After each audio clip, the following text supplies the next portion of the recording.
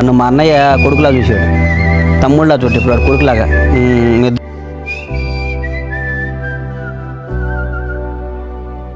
నా సూర్యుడివి, నా చంద్రుడివి, నా దేవుడివి నువ్వే. నా కన్నులకి నువ్వు వెన్నెలవి, నా ఊపిరివి నువ్వే.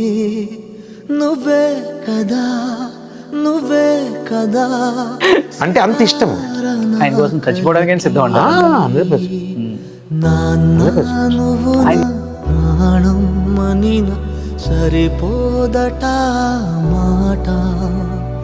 నాన్నకై ప్రాణం ఇవ్వన, ఇదిగో ఇది నా మాట. నిజాన్నిలా అనేదిలా ఇవా